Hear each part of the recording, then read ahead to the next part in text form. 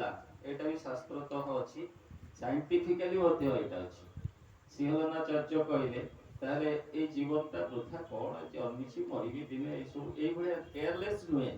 ସେ କହିଲେ ବଲନା କାତର୍ଷରେ বৃথা জন্ম এ সংসারে, দ্বারা পুত্র পরিবার তুমি কার, কে তোমার, বলে যে করোনা ক্রন্দন, এ জীবন নিশার শোভন। নিশা କହିଲେ ରାତ୍ରି, ରାତିରେ ସ୍ୱପ୍ନ ଦେଖନ୍ତି ଆପଣ ମାନେ, କେହି କେହି ଦେଖନ୍ତି, ହୁଏତ କେହି ରାଜକୁମାରୀ ହେଇଯାଇଛନ୍ତି ମା ମାନେ ସ୍ୱପ୍ନରେ, କେହି କେହି ଭାଇ ମାନେ ରାଜା ହେଇଯାଇଛନ୍ତି, ଏମିତି କେତେ କଣ ସ୍ୱପ୍ନ, କିନ୍ତୁ ରାତି ପାଇଲେ ଆଉ ସେଇଟା ନଥାଏ। ତେଣୁ ଏ ଜୀବନଟା ରାତି ସହିତ ଏଠି କବି ତୁଳନା କରିଛନ୍ତି। ଆଉ ଏଇ ଜୀବନରେ ଆମର ଯୋଉ ଦୁଃଖ ହତାଶା ଯାହାକୁ ଅତି ଆପଣାର ଭାବିଲି ସେ ପୁଣି ଧୋକା ମାନେ ଧୋକା ଦେଲା, এইଭଳିଆ କୋଉଠି କେତେ ପାଇଲି କେତେ ହରେଇଲି, ଗୋଟାଏ ଫ୍ରଷ୍ଟ୍ରେସନ, ଗୋଟାଏ ଆଂଜାଇଟି, କେତେ ଦୁଃଖ ଅବସାଦ ଭିତର ଦେଇକି ଜୀବନ ଚାଲି ଯାଉଛି। ତେଣୁ এইଭଳିଆ କାତର ସ୍ୱରରେ କୁହନା ଏଇ ଜୀବନଟା ସବୁ ବୃଥା ହେଇଗଲା ବୋଲି। এই জীবন রাত্রির স্বপ্ন, স্বপ্ন পাইগলে তুমি অসল যে তুমি সেই তুমি। তাহলে ମୁଁ তাহলে কিয়ে এই খোঁজটা আনিবা হচ্ছে মনুষ্য জীবনর বড় উদ্দেশ্য। আমি কহু এই এই ভব সংসার বলি কুয়া যায়, এই সংসারକୁ কুয়াযাଏ ভব সংসার, তা মানে হেবার সংসার। আমি হବାକୁ আসিছি, এই আত্মা অবিনাশী চিরন্তন, এর ভিতরে কোনসি গ্যাপ নাই।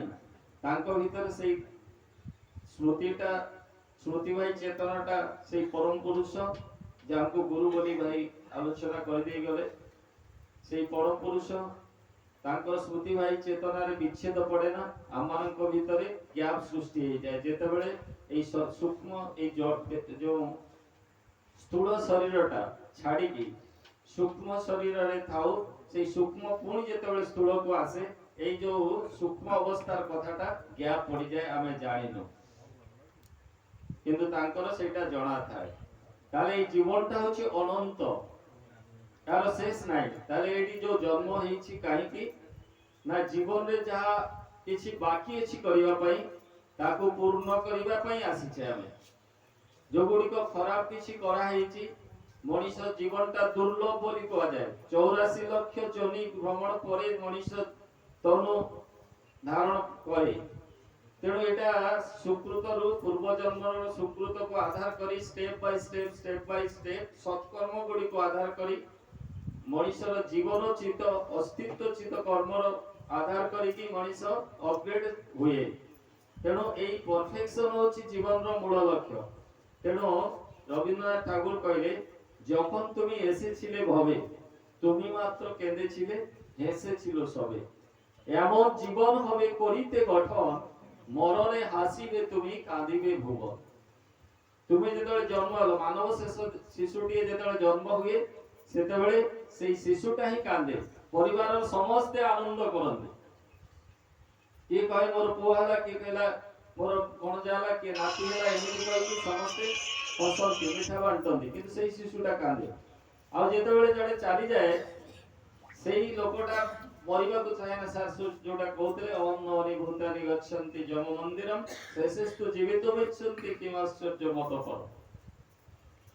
ସେ ବଞ୍ଚିବାର ଇଚ୍ଛାଟା ଏତେ ଆକୁତି, କିନ୍ତୁ এইভଳି জীবন গঠন କରିବାକୁ হব। মরণরে হসিব তুমি, এই ভুবনটা কান্দিব।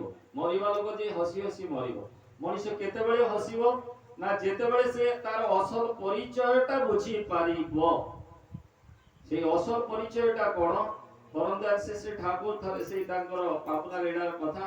জনে ভক্ত মফসল অঞ্চলରୁ সাধারণ ভক্তটিয়ে জ্ঞান গুণ কিছু জ্ঞান এইসব নাই তার, ঠাকুরଙ୍କୁ ଭଲ পাଏ, ଆସିଛି କିଛି ଦିନ ଠାକୁରଙ୍କ ପାଖେ ରହି ସଂସାର ଇତ୍ୟାଦି ର ଯୋଉ আসক্তি তার শিথিল হয়ে যাইছি, কিন্তু তো ফিরিବାକୁ পড়িব। এই যে দিব্য আনন্দ ধারে সে ଅଛି, পিতাଙ୍କ ভଳି ଠାକୁରଙ୍କର সোহাଗ আদর আত্মীয়তা, ତାଙ୍କର ହସ ଭାଷ, ତାଙ୍କର ଯୋଉ ସମାଧାନ ବାଣୀ ତାକୁ ଅତ୍ୟନ୍ତ ପ୍ଲୁତ କରିଛି। ଯେତେବେଳେ ଯିବ ସେତେବେଳେ ଆଖିରୁ ଦୁଇ ଟୋପା ଲୁହ ବାହାରି ପଡୁଛି ଯେ ଠାକୁର ମୁଁ ଆଜି ଘରକୁ ଯିବି, ଇଚ୍ଛା ନାହିଁ କିନ୍ତୁ ଯିବାକୁ ପଡିବ। ଠାକୁର ପଚାରିଲେ, ଆରେ ତାକୁ ପଚାର ତାର ଘରଟା କୋଉଠି, ଅନ୍ୟ ଭକ୍ତ ମାନଙ୍କୁ ପଚାରୁଛନ୍ତି। ସେ ଭାଇଟି କହୁଛି ତା ଘର ଯୋଉଠି, ଧରନ୍ତୁ ଏଇ କନ୍ତାର ଗାଁ, କହୁଛି କନ୍ତାର ଗାଁ। ଠାକୁର ବୁଝି ପାରୁନାହାନ୍ତି, ଆରେ ତୋ ଘରଟା କୋଉଠି? ନା ଆଜ୍ଞା ଜଗତସିଂହପୁର ପାଖରେ କନ୍ତାର। ନା ଘରଟା କୋଉଠି? ନା ଆଜ୍ଞା ଓଡିଶାର ଜଗତସିଂହପୁରରେ। এইভাবে একটি যেতে ডেসক্রিপশন যাଉଛି ঠাকুর বুঝি পাରୁନାହାନ୍ତି, ସମସ୍ତେ ବି ଅବାକ। ଠାକୁର କଣ ଉତ୍ତର ଜାଣିବାକୁ ଚାହୁଁଛନ୍ତି? ଶେଷରେ ଠାକୁର ନିଜେ ହିଁ ନିଜ ପ୍ରଶ୍ନର ଉତ୍ତର ଦଉଛନ୍ତି। ଆମେ ସବୁ ଯାହାକୁ ଜ୍ଞାନ ଭଳି ଜାଣିଛେ ସେଇଟା ସେଇ ଜ୍ଞାନ ନୁହେଁ। ହୁଏତ ସଠିକ ହେଲେ ବି ସେଇଟା ବାଚକ ଜ୍ଞାନ, ଅନୁଭୂତିର ବାହାରେ। କିନ୍ତୁ ଠାକୁର ସିଏ ହଉଛନ୍ତି ତତ୍ର ନିରତି ସର୍ବଗତ ବୀଜମ୍, ସେ ହଉଛନ୍ତି ମୂଳ। ତେଣୁ ଠାକୁର ସେଦିନ କହୁଛନ୍ତି ଏ ମଣିଷ ଗୁଡାକୁ ଠାକୁର ମଣି ବୋଲି ସମ୍ବୋଧନ କରୁଥିଲେ, ଲକ୍ଷ୍ମୀ ବୋଲି ସମ୍ବୋଧନ କରୁଥିଲେ। କହୁଥିଲେ ମଣି। ଠାକୁରଙ୍କର ଆଖି ବି ଛଳ ଛଳ ହେଇଯାଉଛି, କାରଣ ଠାକୁରଙ୍କ ପାଖରେ ବିଚ୍ଛେଦତା ଏତେ କଷ୍ଟକର ଥିଲା ଯେ ଯେତେବେଳେ କେହି ତାଙ୍କ ପାଖକୁ ବିଦାୟ ନେବାକୁ ଯାଉଥିଲେ ଠାକୁର କହୁଥିଲେ ମୋ ପାଖରେ ମତେ ଦେଖା କରିକି ଯିବନି, ওই দিকে চলে যাবি, সেইপটে পড়িবু, মতে দেখা করিকি যাଉଛି ବୋଲି କହିକୁ জীবনী। কাহিনী জানিছেন না? মানুষ আপন টাকা পর যত পারিস মানুষ ধর। এই ব্যক্তিত্ব সে এটা তাঙ্কর কথা নয়, এটা তাঙ্কর অন্তরর উচ্ছ্বাস। মଣିষ পাইলে আনন্দিত ହୁଅନ୍ତି, କାହାକୁ ଛାଡ଼ିବାକୁ ସେ ଚାହାନ୍ତି ନାହିଁ। କହିଲେ ମଣି, এইটাକୁ ତୋର ଘର ବୋଲି ଜାଣିବୁ, ଆଉ ଯୋଉଟାକୁ ତୁ ଘର କହୁଛି ସେଇଟା ତୋର କର୍ମକ୍ଷେତ୍ର ବୋଲି ଜାଣିବୁ। এইটি পরিচয় মিলিগলা আমি কিয়ে। বৈষ্ণব শাস্ত্রে আছে জীবনত্য কৃষ্ণ দাস যেবে ভুলি গলা সেই দোষে মায়া তার গলারে বেড়িলা। জীব হচ্ছে নিত্য কৃষ্ণ দাস। এই কথাটা যেতেবেলে ভুলি যায় সেতেবেলে মায়া তার গলারে বেড়ে, এটা মায়াগ্রস্ত হওয়া। সেইভাবে ভাবে বিভিন্ন শাস্ত্রে কইছে আগ নিজকু জানো, বাইবেলে কইছে নো thyself। পরম পুরুষ সেই জেসস খ্রিস্ট কହୁଥିଲେ ନିଜର ପରିଚୟ ଦବାକୁ ଯାଇ କହୁଥିଲେ I am the son of the father. ମୁଁ ହଉଛି ସେଇ ପରମ ପିତାଙ୍କର ସନ୍ତାନ। ଠାକୁର ବି ସବୁବେଳେ ପରମ ପିତା କରୁଥିଲେ। କିଏ ସେଇ ପିତା?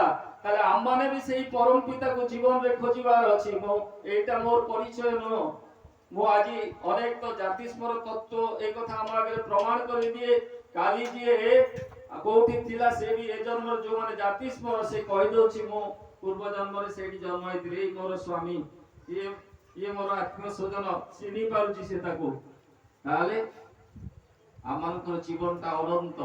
ଆମେ ଏଇଠି କେବଳ ଜନ୍ମ ହେଇଛୁ ଭବସାଗର, ଏଇ ଭବ ସଂସାରରେ ହବା ପାଇଁ। ଭବ ମାନେ ଭୂ ଧାତୁର ଆସିଛି, ହୋଇ ଉଠିବା ପାଇଁ।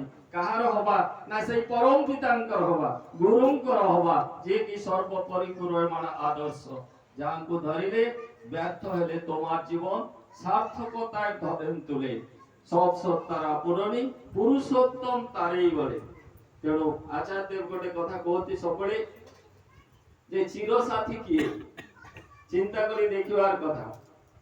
আমি যেତେବେଳେ জন্ম হেলে সেତେବେଳେ বাপা মাଙ୍କୁ সাথী বলি পাইলে, তারপরে যেতেବେଳେ যুবক হেলে বিবাহ কলে ଆଉ ଜଣକୁ ପାଇଲେ, যদি পুরুষ ହେଇଥାଉ তাহলে স্ত্রী को পাইলি সাথী ভাବରେ, বা নারী ହେଇଥିଲେ স্বামী को পাইলি সাথী ভাବରେ। ମୋ ଜୀବନର ଅଧାରୁ ଆସିଲେ।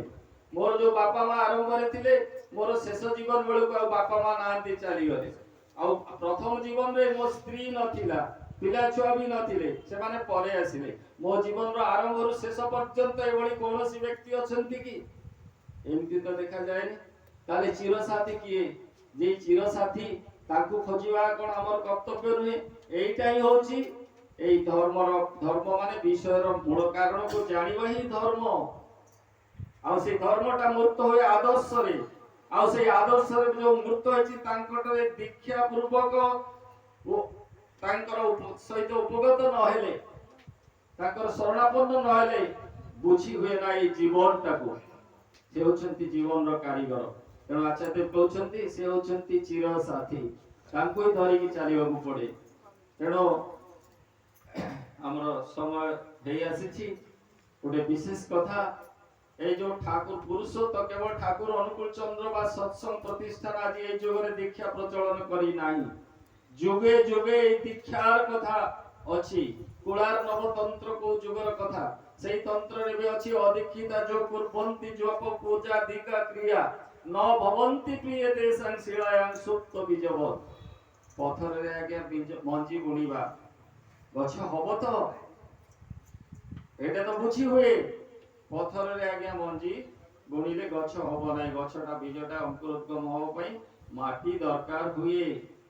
ତେଣୁ ଅଦୀକ୍ଷିତା ଯଦି ଆମେ ଦୀକ୍ଷା ଗ୍ରହଣ ନ କରିଥାଉ ତାହେଲେ ସେଇ ପଥର ସଦୃଶ୍ୟ ଏଇ ଏଥିରେ ଯେତେ ହରି ନାମ କୃଷ୍ଣ ନାମ, ଯେତେ ରାମ ନାମ, ଯେତେ ପୂଜା ପାର୍ବଣ ପୋଥି ସବୁ କିଛି କିନ୍ତୁ ବ୍ୟର୍ଥ ହେଇଯାଏ।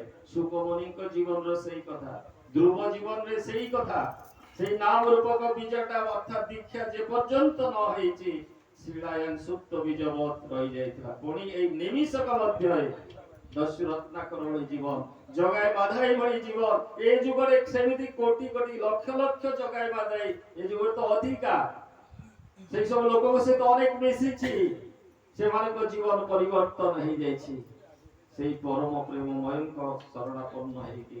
ତେଣୁ ଏଇ ଯୋଉ ପିତୃ ମାତୃ এই কথাটা সেবা କରିବା ସବୁଠାରୁ ବଡ଼ କାମ ବା ପ୍ରଥମ ଦେବତା ସେମାନେ। ଏ କଥା କଣ ଆମ ପରିବେଶରେ ଆମ ଏଇ ଯୋଉ ସଂସ୍କାରରେ ଏ କଥା କଣ ଅଜଣା ଅଛି? फिर भी କୌଣସି ଏକ ରାକ୍ଷସ ପ୍ରବୃତ୍ତି ଆମମାନଙ୍କୁ ସେଇ ପିତାମାତା ସେବାରୁ ବଞ୍ଚିତ କରି ରଖେ। ପତି ପରମ ଗୁରୁ ଏ କଥା କଣ ସେଇ ସତୀ ସାବିତ୍ରୀ, ସତୀ ଅନୁସୟା, ସତୀ ଉମାଙ୍କ ଦେଶରେ ଆହୁରି ନାରୀ ମାନଙ୍କୁ ବୁଝେଇବାକୁ ପଡିବ। ନିତ୍ୟ ଦୈନିକ ଯୋଉ ତାଙ୍କୁ ଯେ ପୂଜା କରାଯାଉଛି ତଥାପି କାହିଁକି ପତି ପରମ ଗୁରୁ ଆସେ ନା? କାହିଁକି ଆସେ ନା? ତାକୁ ଖୁଣ୍ଟା ଦେଇ କଥା କହୁ, କାରଣ ଆମ ଜୀବନରେ ଗୁରୁ ନାହିଁ। ସେଇ ଶିଳାରେ ସୁପ୍ତ ବୀଜବତ ଏଇ ସବୁ ଚାଲିଛି। ତେଣୁ ଆମମାନେ ପ୍ରତ୍ୟେକ ସଦୀକ୍ଷା ଗ୍ରହଣ କରିବା। ଯାହା ଗଣେଶ ଭାଇ ହଉଛନ୍ତି ଏଇ ଆଙ୍କର ବଡ ବାପା ହେଲେ ଏଇମାନେ ଏ ଯୋଉ ପ୍ରୟାତ ସେଇ ବି ଆଉ ଆଙ୍କର ନାତୁଣୀ ଯିଏ ସେଇ ମାଟି ଆମର ସ୍ୱାସ୍ଥ୍ୟ ବିଭାଗରେ କର୍ମ କରେ। ମୁଁ ଏଇ ସଂକ୍ଷିପ୍ତ ପୂର୍ବରୁ ଆସିକି ଜାଣିଲି ସେଇ ମାଟି ବି ଦୀକ୍ଷା ନେଇଛି।